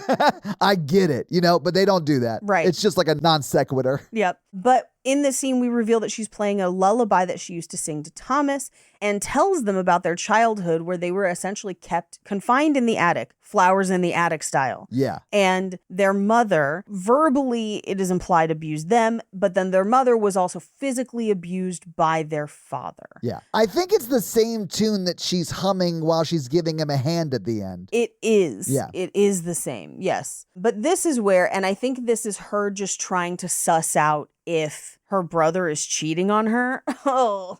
It is. She does this like 3 times. Yeah. Yes. Where she's showing her this like edge illustration on a book. And this is where Edith is like, we have not done anything because I was in mourning. And so we just traveled and I'm sure we'll settle in and it'll be nice. Yeah. But separate cabins, separate rooms. And it did seem like Jessica was like, yeah, no shit, you haven't had sex yet. Yeah, you better. You ain't got it like his sister do. Well, and we'll find out later that, at least according to Jessica Chastain's character, he never slept with any of them, which does make Edith different, but we'll cover that when we get to it. I also don't believe it because, you know, he's a murderer already. I can believe he lied. Yeah, I think that's maybe what he was telling her and like hiding a second cell phone or something like that. I made these Randy dolls. Yeah, I can't. Anyway, meanwhile, back in America, Charlie Hunnam is investigating the sink. He doesn't believe the lie. He thinks he was murdered. And so he contacts the lawyer to contact the private detective. Yeah. He's like not an idiot. So he's like, clearly this was a murderer guy. Like, what are we doing? Right. Meanwhile, Edith is wandering around. She's wandering around outside. She's wandering inside the house. And she walks up to the attic where she finds the wheelchair and so many black moths in that house. Yes. And boy, would that gross me the fuck out to have that many bugs of any kind in a house. But this is just like the metaphor for Jessica Chastain's character and like the bad. Yes, you are surrounded by danger, Yes. is what this is. Yeah. Little butterfly in the room of black moths. Yeah. But this is where she finds his workshop, and he's a tinkerer who used to carve toils for Lucille. And he basically says their father lost the family fortune, and now he's trying to revitalize it with this machine. How'd your dad lose the fortune? Well, you know, he tried to build a house on clay a few times. A few and times. it just failed a bunch. It failed a ton. Yeah. Yeah. I don't know why we didn't do anything different. But they start kissing because I think at this point, Edith is like, I'm settled in my house. Like, Yeah, I think she's Right? wanting to bang the guy she's clearly attracted to, but also happens to be her husband. Right. Like, I don't think that there's anything wrong with that, but Jessica Chastain does, so she busted up with some murder tea. yeah, she walks in with murder tea, and notably, she doesn't drink it. Well, and she offers it to her brother. Yeah. And I think because she's like, watch yourself, because I'll kill you too if you get too into this girl. Yeah. And he's like, no, I'm good on the tea. I want to live. Yeah. But drink up, babe. Yep.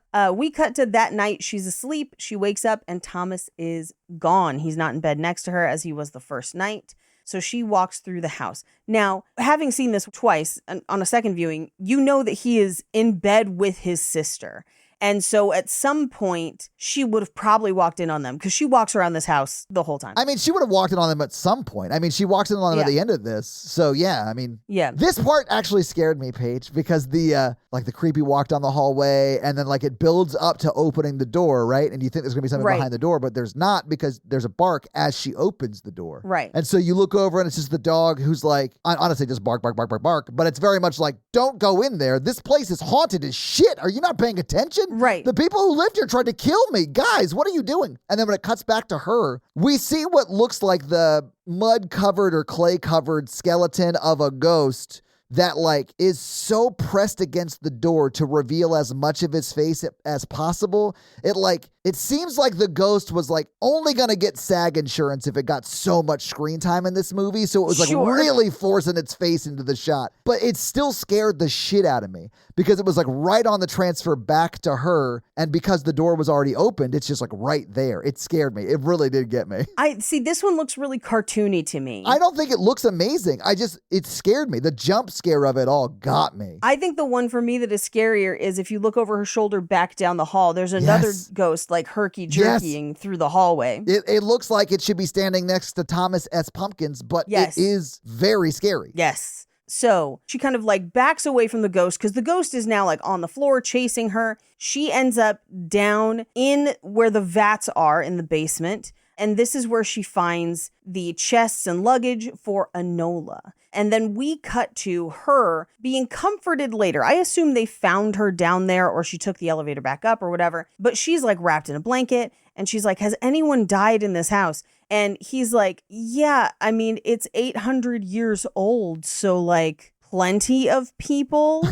Like every one of us. Right? Yeah. But we cut outside. His machine's not working. He kind of burns his hand with steam. He kind of brings it inside. She works to kind of bandage it. And that's when he reveals that the nickname for the property they are on is Crimson Peak. Right. Which is too late because her mom as a ghost is terrible at warning people. Right. She had 2 opportunities to say the dude's name even. Right. And didn't. But we cut to America, where Charlie Hunnam is talking to the lawyer and Mr. Hawley, the private detective. And they're like, yeah, we sent her one check, just like an appetizer, but we're going to send the rest of the assets. We haven't done it yet. But before we do, the last check he made was to this private detective. So go find that private detective. Yeah. So we then cut to Edith walking around the house at night with a ghost pointing. And then she wakes up. It's a dream. She coughs up blood. She tells no one. She hears children. She hears a woman screaming. We see a ghost in the bath with like a cleaver in her head. Which we see later. Yeah, and it says, his blood will be on your hands. And this is where she basically confronts him and his sister and is like, there's ghosts here. They know who I am. They want me to leave. And he's like, fine. How about tomorrow we go get away to the post office. You can get outside. You can calm down. It'll be fine. Yes. And after they leave the room, he turns to his sister and is like, how did she know about mother and how mother died? Like, she's fucking upset, but like, we got to get her out of here. And then as soon as we get the final papers, this is over with. Which, Paige, I think that proved to me that the ghosts were good because they don't show themselves to the kids. Right. They only show themselves to the person that they're trying to help, you know? Right. So that's the moment I knew definitively the ghosts were safe, you know? Right. I think that's an interesting flip. Me too. I like that. To have the ghosts be benevolent. I do like that. Yeah. I also thought it was interesting that, well, actually, Paige, let me ask it this way. Why was he going to the post office the next day? He had to pick up one of the parts for his machines. Like, they just got that machine working. They did, but it broke and burned his hand, so he needs a steam valve. Oh. That's the thing he's picking up. I thought he burned his hand getting it to work. I didn't realize that the machine broke in that moment. Yeah. So the machine broke and the part to replace it came in the next day? I know, right? What? Along with her letters from America. I mean, listen, I'm glad that she gets to go to the post office with her husband and they have to like hunker down because of the storm or whatever, and then she gets to take her reward, Paige. Yeah. She gets to take her reward. Because that is what happened is it's snowing, they get to the post office and they're like, there's a room you can stay downstairs. And he has this moment of like, we could just go home. And she's like, why? Let's just stay. Like, it's fine. She's like, yeah, why don't we stay in the building with the roof? In fact, why don't we move here? Right. This is already better than where we live. Right.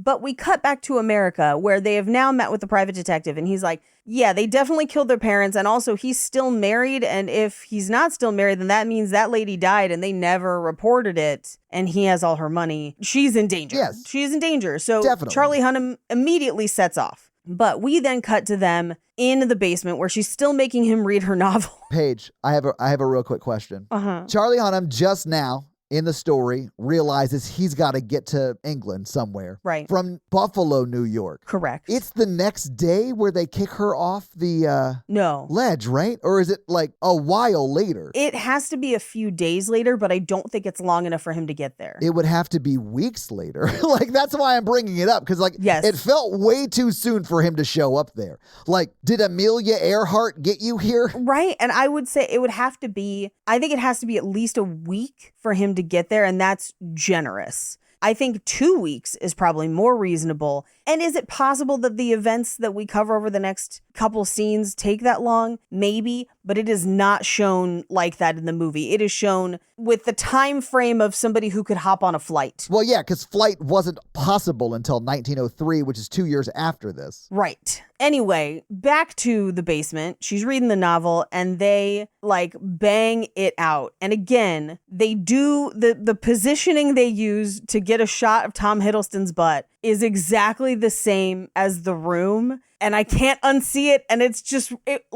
it wrecks my head. It looks too much like it. Well, because from that angle, the only thing he could penetrate is her belly button. Yeah. Yeah. That's why I was like, oh, they're just like struggling with his clothes to get them off of him. And then she gets on top. Maybe, but either way, it still looks like The Room where it is, I've not seen The Room, so this is my version of that. Yeah. And it still does look kind of awkward. But honestly, I was like glad that she was able to get what in this moment she wanted, even though essentially it is like she's sleeping with her husband / future murderer. Right. Well, and they get back to the house and immediately Lucille is like, where the fuck were you? And he's like, oh, we got snowed in. We stayed the night at the depot. And I think she is like, y'all fucked. Like, I can smell it on you. Like, I know it. She was like, you got Snowden? That's what all the letters were. Edward Snowden was like trying to warn her from the future. Yes. Anyway, but she like throws a pot full of like what looks like maybe pasta. I don't know. It's like soup? No, I don't know. But she throws it at her kind of like, or swings it at her, but doesn't hit her and it hits the table. Yeah. To scare her, I guess. A very violent reaction. Yes. To realizing that your brother slept with his wife. Yeah. I guess the movie doesn't expect us to know at this point because I guess it thinks we're stupid that they're having sex. And so she's hurt like romantically in this moment. Right. But it's so clear by this. Here's the thing. There's so many movies with this subplot, but what it turns out to be is that she is actually his wife, not his sister. Right. And that's been the pretend part. Yes. And so I think the first time I saw this movie, that's what I assumed had happened, especially because they said he's already married. So I assumed it's her. Yeah, it's like a reverse Villains from Tommy Boy. Exactly. Yeah. But she very quickly is like, sorry, I just didn't know if you guys were hurt and, whatever. But, oh, letters from America? Great. Edith uses this moment to steal the Enola key off of her key ring. Yeah. And keeps it, waits till they go outside to kind of work on some stuff. And this is after she like opens the letter and is like, okay, I just need to sign this, but I'm going to keep this to myself. They're outside working on the machine. She goes down to that Enola chest, opens it and finds a gramophone. That's going to be key with the wax cylinders that she already found in the hallway. So she gets both of them, basically shoves them under the couch and like hangs onto it. Yeah. But this is also where she finds multiple envelopes of them like trying to raise funding different places and pictures of all these different women all in this chest, and is starting to realize what is going on. Paige, at this moment when they reveal like he's married a bunch of women, I thought for a second, I was like, oh my God, he's a vampire because he's been alive forever. And then I realized, no, it's just like that's the way photos looked in 1901. Right. And I was like, oh, no. Okay, these are the places he went for funding. Right. And he was successful, it seems like. Yep. But not the kind of business funding that they were looking for. His sister kind of got everything, if you know what I'm saying. Yeah. But she gets interrupted by the sister who notices that the key is missing. Yeah. And is like, you didn't drink your tea. And she's like, oh, yeah, no, for sure. She, while the sister is distracted, replaces the key and tells her that she doesn't feel well, but if I could just have some cold water instead of tea, I think that would help. That's what the sister's distracted with while she replaces the key. Yes. But so now that she's got the key, the sister leaves, but realizes that key wasn't on there and now it's back. That bitch knows. She knows something. That moment is very good. Like they're walking down the hallway and it's a very excellent show don't tell moment because Jessica Chastain's just walking in the hallway looking through the keys and you see it from the back and she stops walking. Yeah. And that is when they reveal she got to the key that is now back on the key ring. So she knows. But there's no dialogue. It's just like the one moment in the movie where they show and not tell. Right. But then we cut to Edith listening to the wax cylinders. And at this point, I realized I was like, imagine a time before headphones. There's no way to secretly listen to these unless they're out of the house. Because I bet there probably was some sort of volume control, but there definitely wasn't headphones. Right. So it was getting blasted out anyway. Right. But this is Pamela Upton. And basically she was in a wheelchair. She got sick. And the Uptons are like a famous family. So like this is like historically or whatever. But she's like, we were supposed to leave, but his damn machine, that's all he cares about. And they killed, this person. And then we see one picture with a woman and a baby. Yeah. I think it's Enola. It is Enola. But on this wax cylinder, it's like, they're poisoning me. It's in the tea. And so now she's like, oh, now I gotta not drink the tea. Now the most predictable thing that could have happened is happening. Right. She tries to run away, but the front door is snowing. It blows her inside. They find her at the bottom of the stairs. Yeah. So they're trying to nurse her back to health with tea. And she's like, no. So Jessica Chastain is like, I'll basically nurse you back to health with the craziest scraping China sounds ever. Well, and it's the porridge. It's the porridge she's trying to feed her. Like, you got to get your strength back, but the porridge has the poison in it. Right. She just switched it. But she then offers to put liniment on her. And anytime I hear the word liniment, I think of Tracy Morgan. Because there's an episode of 30 Rock where his wife is getting ready to have a baby. And he finally reads all the baby books. And so he's like, do you want me to rub liniment on your perineum? And I asked my sister that at the hospital because I thought it was hilarious. But now anytime I hear liniment, I hear it in Tracy Morgan's voice of, do you want me to put liniment on your perineum? Anyway, she's dying. Yeah. But she knows everything. And at this point, the sister's like, she stopped drinking the tea. So I put it in the porridge. But like, we got to get her to sign that shit and then we can get rid of her. Like, I don't know. Yeah. While this is happening, Charlie Hunnam has arrived. Now, It does not seem like it was 2 weeks in what we've just described. No, it does not seem like that. It doesn't. Also, just forge her signature. I can't believe I'm giving them advice, Right. but like, I know. how many things has she signed that they could compare it against? Right. Like, just do it. But Charlie Hunnam gets there, but he has to walk to the house. So it's 4 hours to walk. Yeah, because there's a storm and the guy won't let him take a horse out, which, like, great. Don't put a horse in danger. Plus, Right. it'll be fine. He'll get there just in time, guys. Yeah. But meanwhile, she's wheelchairing around the house. And this is where she sees the ghost with the baby. And she's like, I know who you are. You're Enola. Tell me what you want. And the ghost points to the black moths in the attic with the lullaby. She essentially uses the chair and walks in on them. Or rather, walks in on the sister giving Thomas a hand job. Yeah, she's giving him a hand. Right. And she's like, you can't really see who it is at first because it's like her head's like behind his. Yeah. Like, I don't know, kissing his neck or something. But you definitely see he's cheating on her. And then like it's revealed to be his sister. And I was like, I already knew that. Right. And, and of course, the wife does not take it great, understandably. And again, at this point in most movies, you get a reveal of like, actually they're husband and wife. They've been pretending to be siblings. But in this movie, it's like, nope, siblings. I kind of love that she calls that. Like, you know, Edith is like, you're not his sister, you're his wife. And she's like, no, I'm his sister. And then she like pushes her off the 4th floor and she falls and like definitely would have broke her back in that moment and then lands. Yep. And thank God that there's like enough snowfall from the hole in the roof to pad her fall. Right. As someone, we already know it's Charlie Hunnam, is knocking at the front door, right? Right. And Charlie Hunnam, at this point, like she wakes up, Charlie Hunnam's there. He's like, hey, I'm setting your foot or whatever. I really love the way they reveal this because you're like, oh shit, she like feasibly would have passed out. So we are watching this movie through her perception. Right. So we pass out, right? And then it opens up and it's just Charlie Hunnam. So I thought for a second, oh my God, did he like save her and get her back to town? And this is like the end of the movie, which would have been anticlimactic. But I thought it was really cool that like he moves a little bit and then you see both of them behind him. Yes. And you realize that there's a charade going on and no one's safe. And like, I thought that was a cool, fun, like cinematographic reveal. Yes. A cinematic reveal. I like the way I said it better. Yes. But it doesn't make sense. No. So the brother and sister leave the room to kind of have a discussion of like what they're going to do. And essentially they're like, okay, we got to murder Charlie Hunnam, I guess. But meanwhile, Charlie Hunnam is like, I got to get you out of here. They've been fucking poisoning you. Like, just come with me. We just got to get out the door. Which I don't know what his plan was. It's a 4-hour walk. Like back, like I know he said he asked the people at the post office to come after the storm, but like he doesn't know when they're going to get there. How far could she possibly walk? Like all of these factors. Yeah, it's a 4-hour walk for someone who can walk, and she is like limping along. It would take 8 hours probably if she could even make it. Right. So as he's like trying to get her to the door, the brother and sister come back in, and he's like, actually, I'm going to be taking her because I know that you guys have been poisoning her.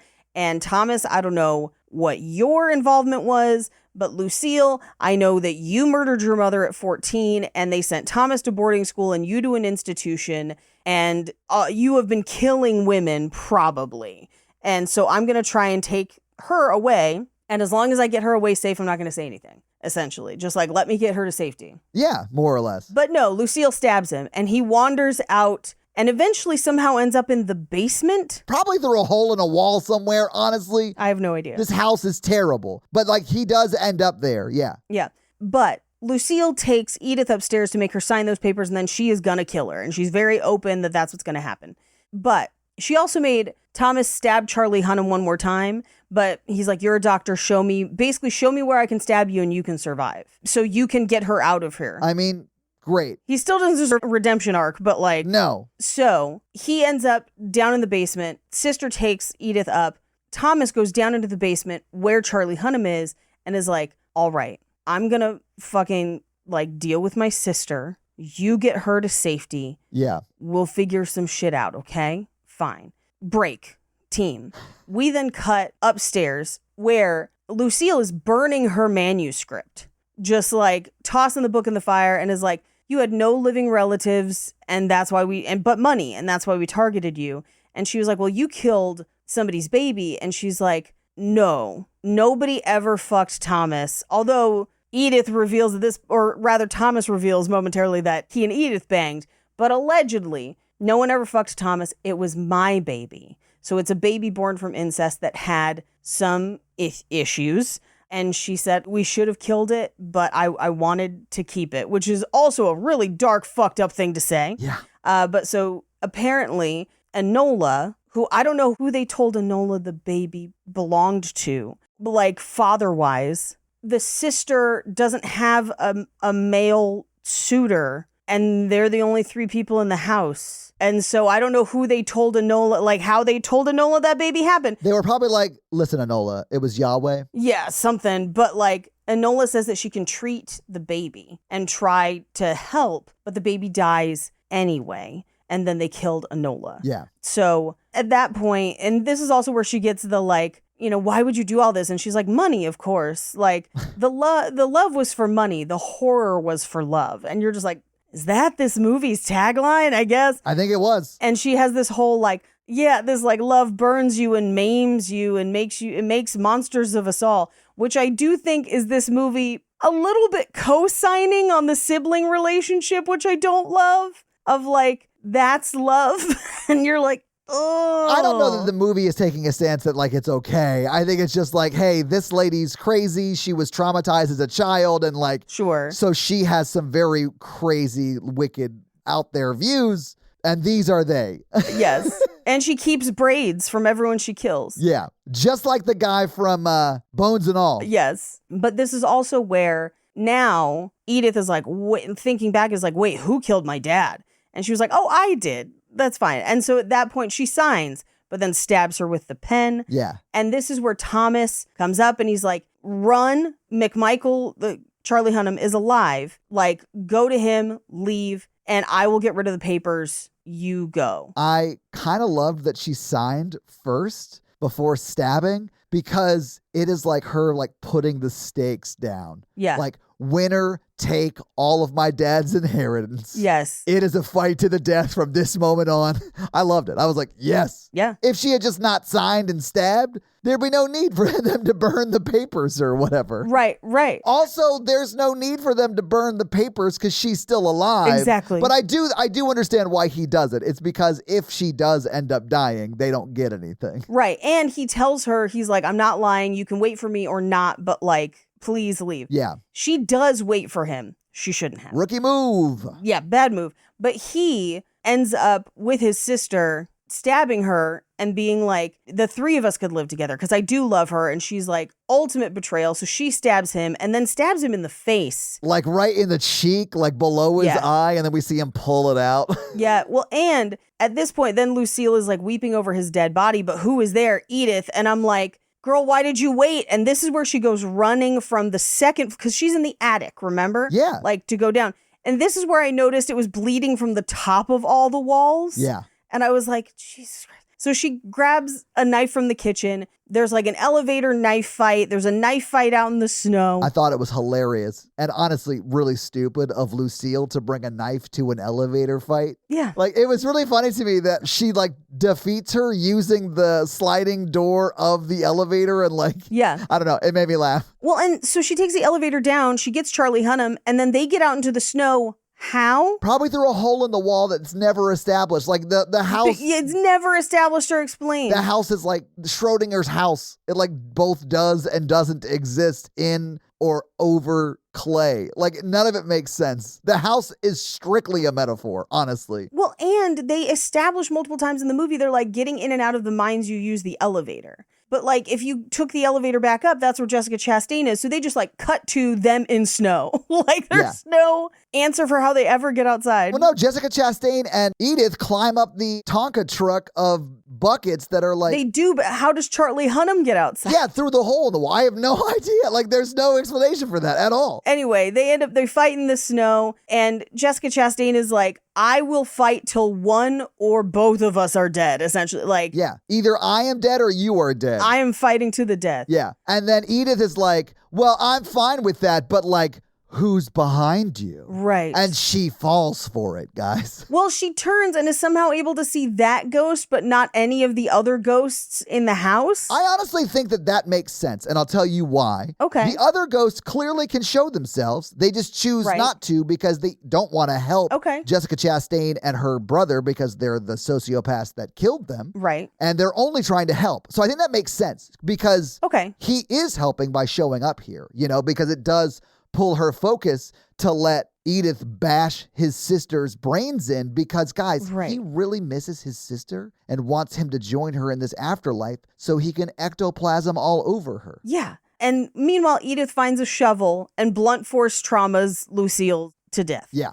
And we cut back to that initial scene of her standing bloodied and the ghosts are real. This much I know. The men from the depot come. Oh, I guess we kind of glazed over it, but when she confronts the ghost of Thomas and sticks her finger in the face wound and gets some of the blood or whatever, which the blood will be on your hands. Sure. Yeah, I guess it is. Yeah. It fulfills the prophecy, but the reason they do this is so we can understand that the movie thinks that Sir Sharp is forgiven and we should be sad that he didn't get to marry this woman that he was planning to murder the entire movie. Right. And I did not, that moment did not land for me at all. No. And then we get a voiceover at the end that's some ghosts are tied to a place or a land, a date, or essentially a place where crimes happened.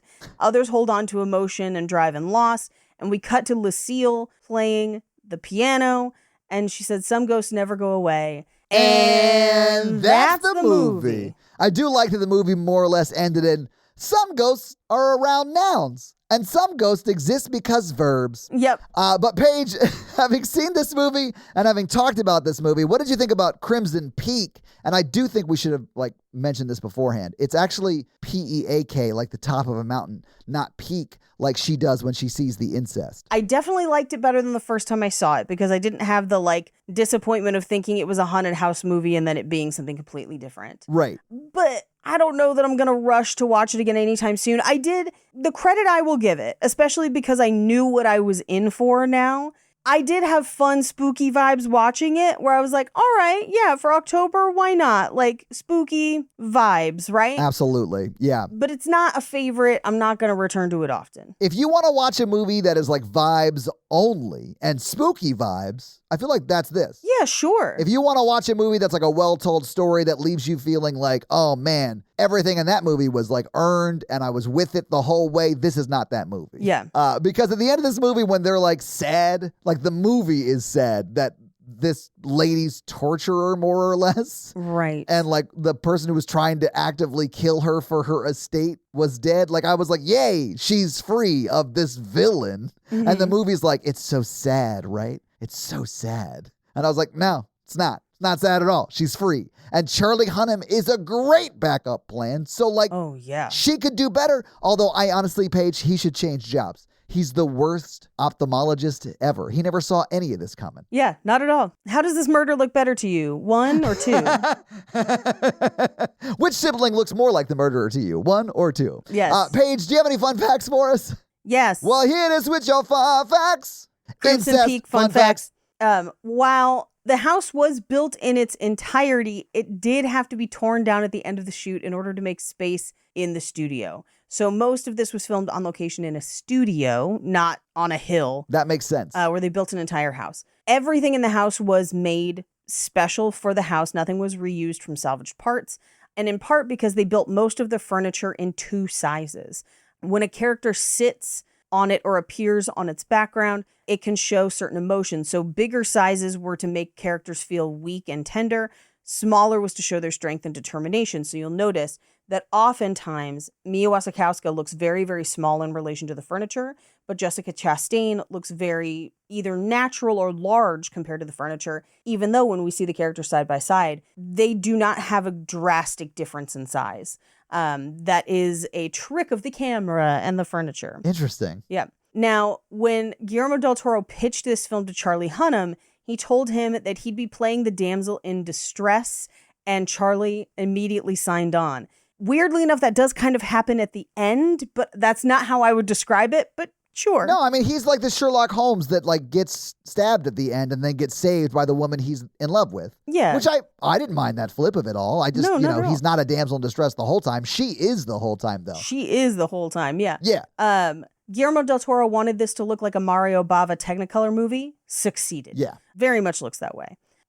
Guillermo del Toro gave Jessica Chastain the script after working with her on Mama in 2013 and thought she would play the role of Edith. But after reading the script, she asked to play the role of Lucille, who she saw as more interesting and challenging. And I agree. I definitely think it's the more challenging role. Yeah. Like, yeah. Yeah. And I think she does a great job playing the character. You're just not supposed to like the character, so I don't. Right. But it's because she's good at it. Yeah. She also learned the piano and played all the songs in the movie herself. Oh, cool. Good for her. Now, Guillermo del Toro has said that one of the inspirations for the film was an actual supernatural event that happened to him while on location scouting for the Hobbit trilogy, because originally he was supposed to direct those films. He had some members of the production stay the night at a haunted hotel in New Zealand, and he claims that one night after midnight, he could hear the sounds of a murder, including whimpering and screams coming from a vent, leading to what would turn out to be an empty bathroom.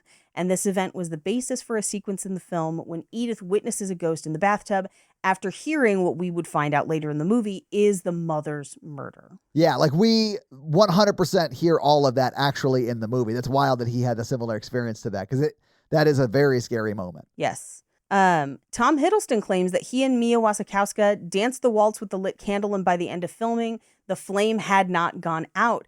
However, he later admitted that they had used a double-wicked candle for that scene to make sure it would be harder for the flame to go out. I mean, that's smart. Like, you got to shoot the scene, guys. You got to shoot the scene. Guillermo del Toro says that inspirations for this film include The Innocents from 1961, The Haunting from 1963, The Exorcist from 1973, The Omen from 1976, which I think you can see a lot of in this movie, Yeah. and finally The Shining from 1980.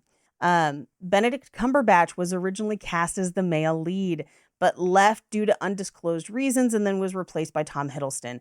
I think this was a scheduling thing. Oh, you don't think he got to like the scene where his sister's giving him a hand job and he was like, nah, I think I'm out. No, because I've seen Atonement. So, no, I don't think that's what it was. I disliked Atonement so much I blocked it out. Oh, walk down memory lane with me. Benedict Cumberbatch in Atonement plays a man heavily implied to be a pedophile who then marries one of his victims. Well, that's terrible. Yeah, terrible. Now I'm remembering slowly why I didn't like that movie very much. Anyway, originally this was supposed to be Benedict Cumberbatch and Emma Stone. I'm sure that would have been great. It still would have been a weird movie. I love Emma Stone. I think Mia Wasikowska is the better choice, personally. If you're talking about that part, probably. But I think Emma Stone could have done, the hand job part great. Oh, no. It would have been for Mia Wasikowska, not the hand job part. Yeah, okay. I like the version we got. I think it's probably one of the better versions we could have got, Yeah.